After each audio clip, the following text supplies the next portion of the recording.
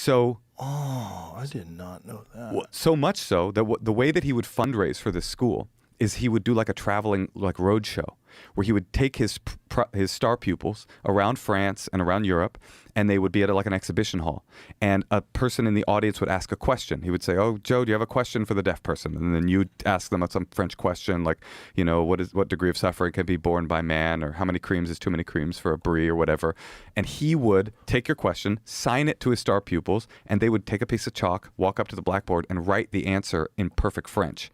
And people lost their fucking minds. Like, they couldn't believe it. Like, deaf people, oh my God, it like unlocked this whole conception of the deaf as like, they can think, they can reason. Oh, all they need is language to be free, right?